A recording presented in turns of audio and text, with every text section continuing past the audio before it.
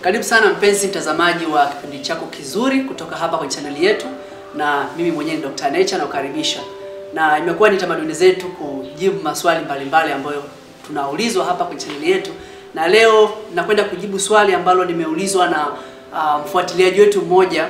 Aliuliza kwenye kipindi kilichopita, akawa anauliza kwamba huyu anaitwa Adam Msema, alisema mimi ni mwimbaji, tatizo langu ni sauti inaharibika, inakwaruza mara kwa mara, inanikosesha amani sana, nifanye nini dokta? Hili kwa ndio swali lake.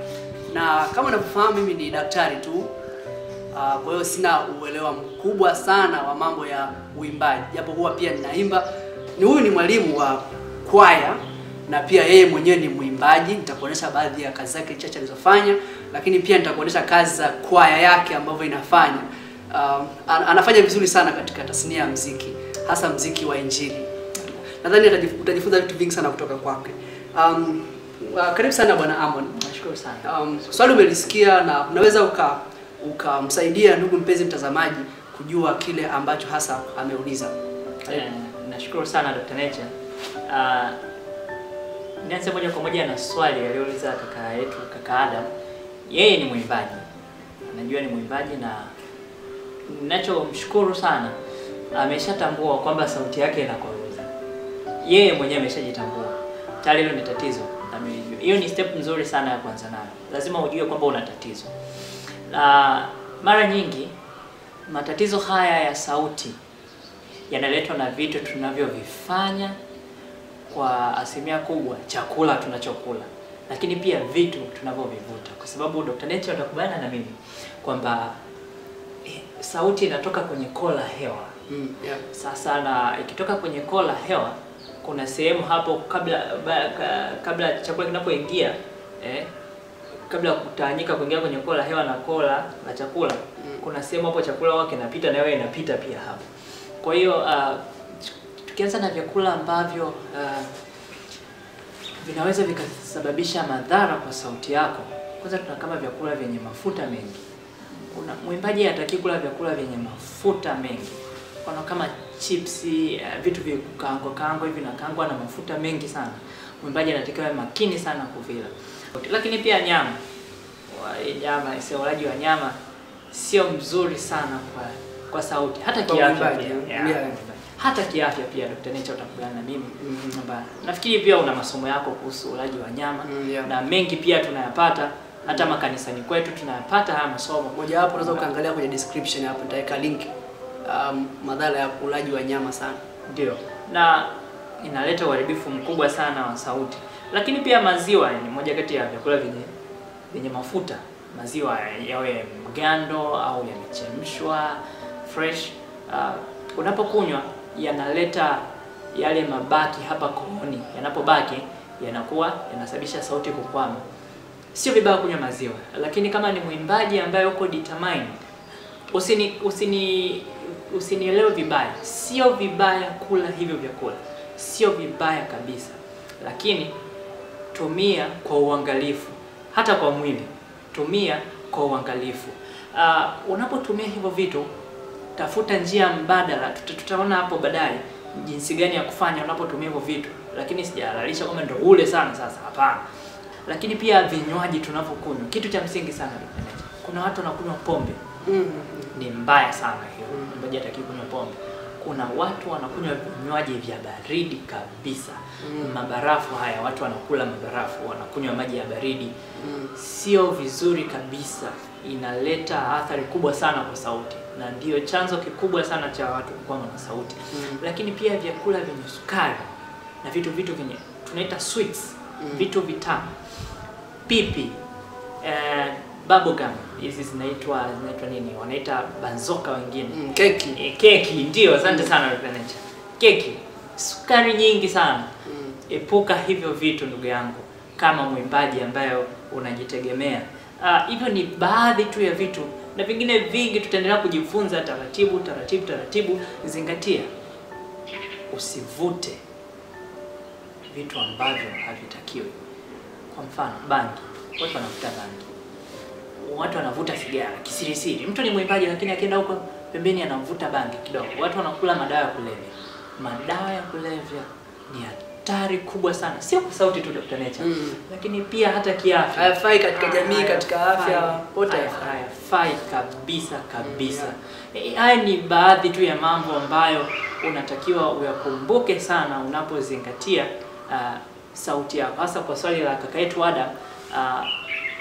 Sauti kukwama, epuka sukari, epuka vinywaji vya baridi, na kazi tena epuka vinywaji vya baridi. Lakini pia vyakula vya mafuta mengi achana navyo, vyakula vyenye sukari viweke kando, na kuhakikishia sauti yako itakuwa vizuri.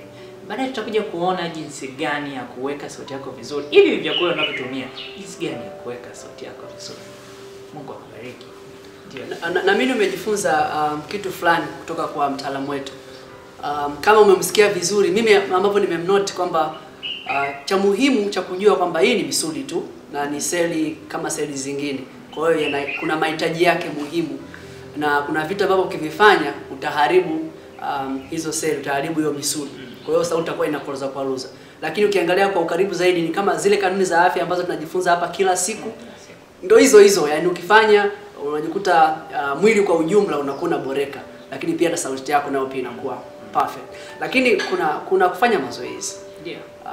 Kama ilivyo misuli mingine unaifanyisha mazoezi.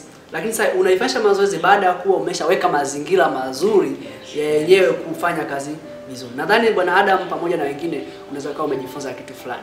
Sasa nataka nikuoneshe kwamba njia ambazo anazitumia huyu bwana zinafanya kweli kazi. Unaweza ukaangalia hapa kidogo ukaona moja kati ya kazi zake ambazo amefanya.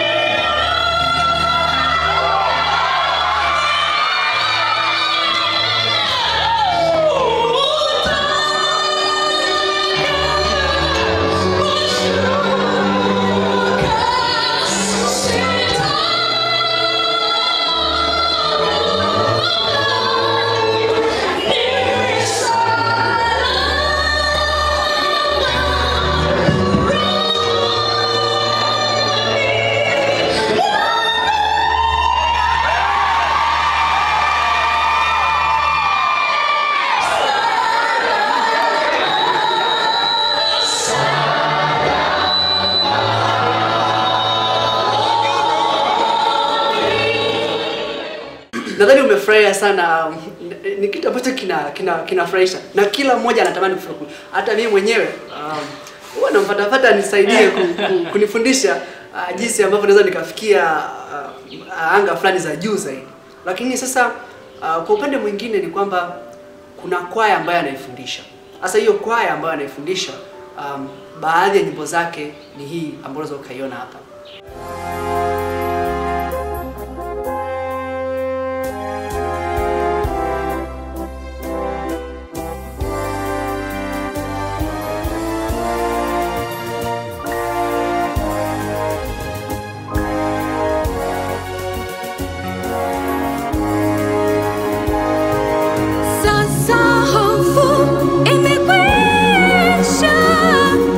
Shwari baharini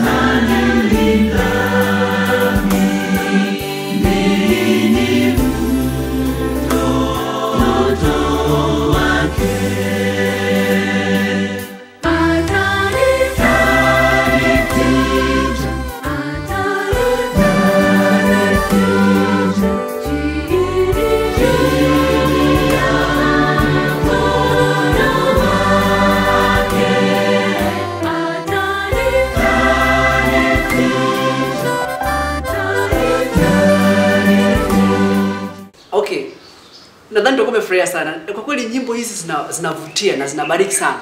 Na hivi juzi nadhani ni kama wiki moja imepita, wiki moja na nusu hivi, wamezindua albamu yao, albamu ya pili nadhani ni albamu ya pili. Santole muonekano. Ambazo na huu mwimbo ambao umeuona pia upo ndani yake. Kwa hiyo unaweza ukapata kopi yako, masiani yao nimeweka hapo chini. Unaweza ukachukua namba ukatafuta.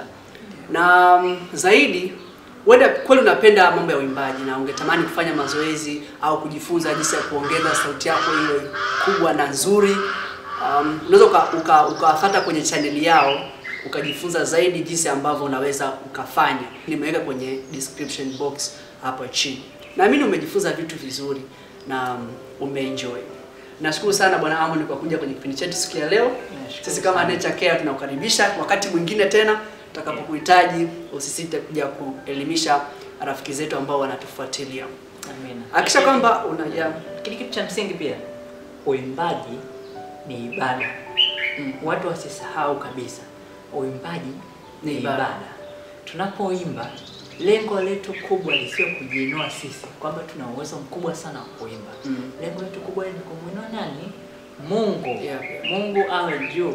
Na sisi viumbe vyake vyote tunapomsifu basi Mungu anatukuzwa sana. Na tunapomsifu kwa kicho na adabu na heshima na kwa ufanisi mkubwa, Mungu anazidi kutubariki. Kwa kile kidogo tulicho nacho, Mungu anatujazia vitu vingi sana. Hakika tutaimba mpaka tutashangaa. Nimefurahi sana kusikia hilo jambo. Ni jambo ambalo unatakiwa ulizingatie. Hakikisha kwamba una subscribe. Bonyeza kitufe cha kusubscribe. Kuna masomo mengi yanakuja, na kama una swali lako uliza kwenye sehemu ya comment. Hatutalipotezea swali la mtu yeyote. Tutajitahidi kuyajibu vizuri kadri ambavyo inawezekana. Unaweza ukashare pia kwa ndugu zako wengine ambao wanaweza kawa wanapenda kuimba au wanapenda kujifunza jinsi mambo ya muziki na mambo ya uimbaji yalivyo, hasa yakiwa yanahusiana na mambo ya afya. Karibu sana, fanya hivyo na mimi watakushukuru. Mpaka wakati mwingine tutakapoonana, nakushukuru na kwaheri. Bye bye.